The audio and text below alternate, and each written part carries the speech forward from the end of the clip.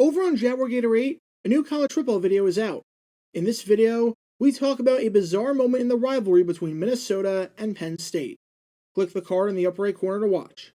And now, on with our feature presentation. Danny White was a pretty solid quarterback for the Dallas Cowboys for a long period of time. Yes, he's somewhat underappreciated, seeing as he was sandwiched in between two Hall of Famers in Roger Staubach and Troy Aikman, and seeing as he never made it to the Super Bowl. But White was a good quarterback throughout the 1980s, and was a big reason why the Cowboys, at least in the first half of the 80s, were one of the best teams in football, as he led the team to 3 straight appearances in the NFC Championship. But if there's one thing that separated White from every other quarterback in the league, it was the rather unique fact that he also served as the team's punter. That's right. Imagine if Trevor Lawrence served as Jacksonville's punter, or if Joe Burrow pulled double duty as Cincinnati's punter. However, that's what Dallas had going for them with Danny White. And not only was White the punter for the Cowboys, but he was awfully good at it too. On 4 separate occasions, he finished inside the top 10 in the league in yards per punt, and even finished 4th in this category in 1979, the same year that he boomed a 73-yard punt. And having your quarterback serve as your punter can be beneficial for a variety of reasons. Number one, obviously, is that it clears up an additional roster spot. Instead of having to use a roster spot on a quarterback and a roster spot on a punter, you can use one on the same guy, allowing you to build depth at other positions. Kill 2 birds with 1 stone. But number 2, it sets up the possibility for some fake punts. Pulling off a fake punt where the ball gets snapped to your punter is tough, because it requires your punter to either take off and run a long distance relative to where he fielded the ball, or requires your punter to throw the ball. And traditionally, I think it's fair to say that punters are not good at either of these skills. But with Danny White, you had to be on your toes at all times, because he had the athleticism to bust a fake punt on you anytime he wanted to, often with great success. Most notably, in a nationally televised game against the San Diego Chargers in 1980, he had not 1, but 2 fake punts in the same game, as his trickery helped the Cowboys beat the Chargers. You can learn more about that game by clicking the card in the upper right corner. Throughout his career, Danny White had many, and I truly mean many, fake punts. But of all the fake punts and crazy plays in White's career, what you're about to witness, considering the circumstances, is the craziest one of them all. A fake punt when he was severely injured, was not even supposed to be in the game, and had explicit orders not to pull off any shenanigans. And yet, he not only did it, but it helped the Cowboys win the game in the process. Because in a 1981 game against the Baltimore Colts, Danny White pulled off what might be the greatest, craziest, and nuttiest fake punt in the over 60-year history of the Dallas Cowboys franchise. Before I talk about the punt in question, we need some context to understand the importance of this game, how the game was going, and most importantly, what Danny White's role in this game was. And to do that, we need to talk about the game that the Cowboys played before this game in question. It's November 26, 1981. It's Thanksgiving, and we've got a game on our hands between the Chicago Bears and the Dallas Cowboys. Now, this game brought both good and bad news for the Cowboys. The good news was that they won the game, as even though it wasn't pretty by any means, especially since the Cowboys were 13-point favorites and were expected to decimate the hapless 3-9 team, they did prevail at the end of the day, taking it by a final score of 10-9. However, they paid a heavy price for winning this one, as on this play right here, their starting quarterback Danny White got knocked out of the game with bruised ribs. Again, the Cowboys were able to win this game thanks to the play of backup quarterback Len Serrano in relief, and you can learn more about him and his incredibly heroic performance by clicking the card in the upper right corner. But at this point, especially going forward as Dallas was making a playoff push and a division push, the focus was on White and his health. As head coach Tom Landry said on White's injury in the immediate aftermath, Danny is hurting, and we still have to check on his arm more. He has some nerve damage or something. He's hurting. Hopefully, he will be back in 10 days. And the good news was that while there was no apparent fracture, according to team doctors, the bad news was that White was in serious pain, not just in his ribs, but in the upper portion of his body as well.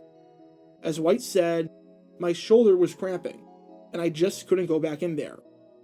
Now, at least the Cowboys had some time off before their next game, which was a Week 13 meeting against the Baltimore Colts, since they played on Thursday, and this next game was not until next Sunday. It gave some hope that maybe, just maybe, White wouldn't have to miss a start, and they wouldn't have to use Serrano under center for their next game. But that hope was quickly dampened as the days progressed, and progress reports were made on White, which did not look even the slightest bit good, and he was having coughing fits and was having difficulty breathing. Landry said in the days leading up to this game, as they got back out on the practice field, "I don't think there's any chance he'll be passing the ball. I don't think there's much chance of him doing anything. He doesn't look very good. I'll say that much." Landry said that if White was good to go, he would be playing. They weren't going to rest him just for the sake of resting him, or because they were taking the Colts lightly and felt they could win with or without White as their quarterback. But it was not looking good to say the least. So would White play in this game for the Cowboys? Well, yes and no. The bad news for Landry and company was that White was still unable to throw the football. His ribs were still absolutely shot. His upper body was sore, his shoulder was still hurting, and he was in no way whatsoever fit to play quarterback. But remember, White played two positions. He wasn't just a quarterback. He was a punter also. And while the doctors didn't clear him to be under center, they did clear him to punt the football away. While he was still nowhere near ready to play quarterback, he could at least move well enough that he could punt the football, and allow the Cowboys to not have to cut someone to bring in a punter, or to force their kicker, Rafael Septien, to pull double duty with minimal practice time. Plus, the nice thing about punters is that, generally speaking, they don't take hits. Football is a contact sport, but being a punter is about the least contacted position in the game. Since White's lower body was fine, there was no reason, especially after the clearance by the doctors, as to why he couldn't just take the ball, boot it away, and then get out of the way. So White was good to go, if you want to call it that. And with that, we head to Memorial Stadium for this interconference battle. It's December 6, 1981, and as we officially hit the final quarter of the year, we have a big battle on our hands between the Dallas Cowboys and the Baltimore Colts. Oddly enough, this is not the first time I've done a video on a game between the Cowboys and the Colts, as if you want to learn more about the time that these teams met before this, back on opening day of the 1978 season, on Monday Night Football, you can do so by clicking the card in the upper right corner. For the Colts, this game was meaningless, entering with the worst record in the league, and by a country mile, the worst defense in football. So for the Cowboys, even with Serrano under center instead of White, this was expected to be a convincing victory. Which was good, because while their playoff hopes were in no danger whatsoever, their division title chances and home field advantage chances were up in the air, as there was no room for error with the Philadelphia Eagles and the San Francisco 49ers breathing down their necks. One misstep, and you could not only lose home field advantage, but you could lose the division title. And we saw how big that was last year in 1980, when the Cowboys had to enter the playoffs as a wild card after losing the division to the Eagles. So this game, especially against the worst team in football, was absolutely monumental. And while the Cowboys got off to a strong start, as they led it 27-6 at the end of the half, they were playing some sloppy football in the second half. Dallas didn't convert a single third down all game, and didn't score a single point in the third quarter, as following a Curtis Dickey touchdown run from 20 yards out, his second of the game, the Cowboys only found themselves up 27-13. They were still in some control of this game, and their defense was still playing lights out, especially since Colts quarterback David Humm, who had only been with the team for 2 weeks, was stinking up the joint, going 7 for 24, completing 29% of his passes for 90 yards, no touchdowns, 2 interceptions, and a passer rating of 8, which is worse than if he did nothing but spike the ball into the ground on every single play. But it's not like they were putting the Colts away when they had the chance to. And in the fourth quarter, facing 3rd and 10 near midfield, after Serrano misfired high on an incomplete pass to a wide-open Drew Pearson, the Cowboys, in what was becoming an all-too common occurrence as the game was progressing, had to punt it away. Remember, so far, White had played in the game, but he hadn't thrown a pass. He was on strict orders to avoid contact and to not do anything that could put his body at risk and jeopardize his health even further, especially with a team making a playoff push.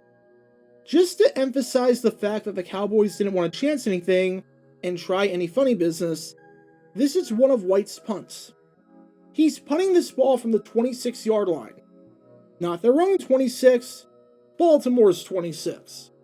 Seriously, on 4th and 7, Landry punted from Baltimore's 26 so as not to risk a missed field goal in the wind. You be the judge of how cowardly that was, but you get the idea. White was to catch the ball and then punt it away. That was a prime position for a fake punt, and he didn't do it. That was the order. And that's when he did this. 8:24 left to go. There is a man you might have seen start a week from today against the Philadelphia Eagles. But if Dallas has a 2-game lead over Philadelphia, you might see Corrado again if the game means nothing. White on a bootleg. He'll get a first down and more. Danny White out of bounds. First down, Dallas, deep in Baltimore territory. How about that one?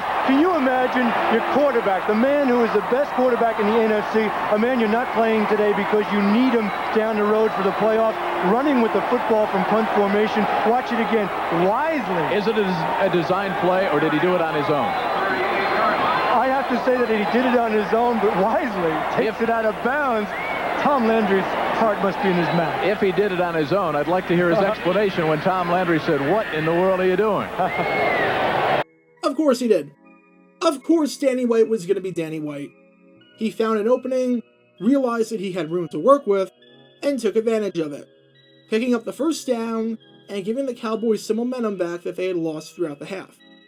The fake punt worked wonders, as Dallas scored a field goal later that drive on a 31-yard kick by Raphael Septien to make it 30-13 and a 3-possession game.